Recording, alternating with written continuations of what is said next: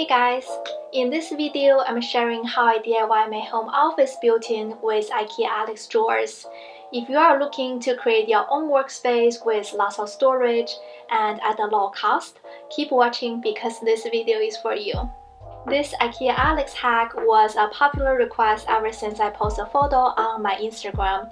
If you like to see what I'm working on next, make sure to follow me on Instagram. By the way, I do have a blog post with all the detailed instructions that I'll link in the description below, so be sure to check that out. So first, let's talk about the space. I have a small home office space that also serves as a craft room and a guest bedroom.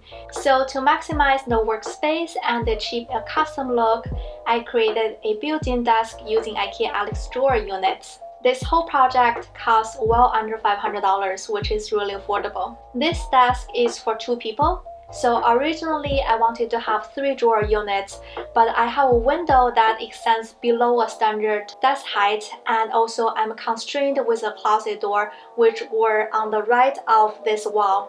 So instead I use most of the space for a long desk and lower the table height for the rest of the space so I can have a sewing nook. This Ikea drawer unit has 2 types. I chose the job file configuration because it allows me to organize all my files in one place, so I don't need a separate file cabinet. To add more storage, I attached this floating shelf or pencil drawer, you can call it, to each of the tabletop. Now let's talk about the DIY process. So first, let's talk about how you assemble those units. So when you assemble the drawer unit, it will be a lot easier if you leave the drawers out. And for the floating shelf pencil drawer unit, you would want to leave the top of the frame out because you will have to attach the top of the frame to the tabletop separately.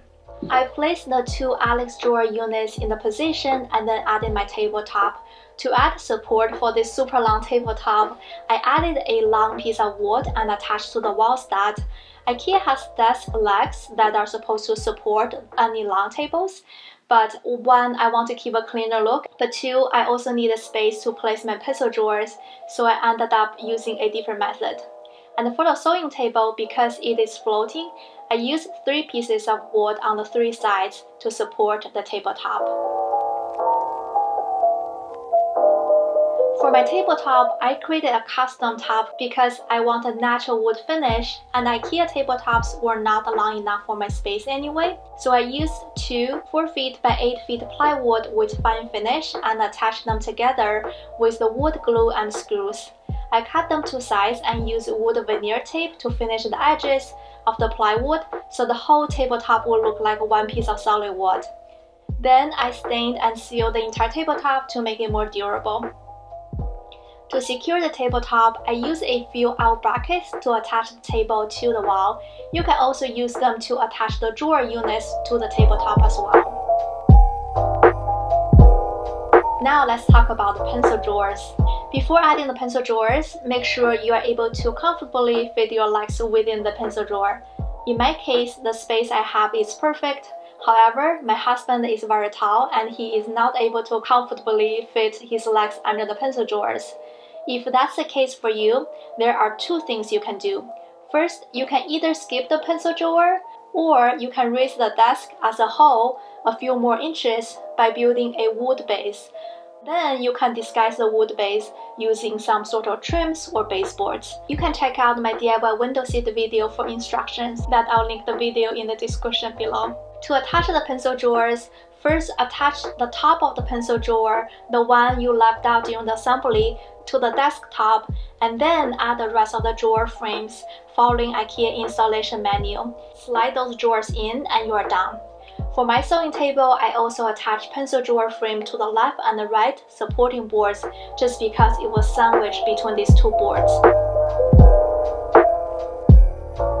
To make it look nice, I cover all the gaps with a 1/4 inch MDF boards and fill the gaps. And also I paint the entire unit for multiple coats of the color of my choice. Because my sewing table is lower than a normal table, so it is a bit tricky to find a chair at the right height. So instead, I trimmed a stool a few inches shorter to make it work. I also made this drawer divider to keep my tools organized.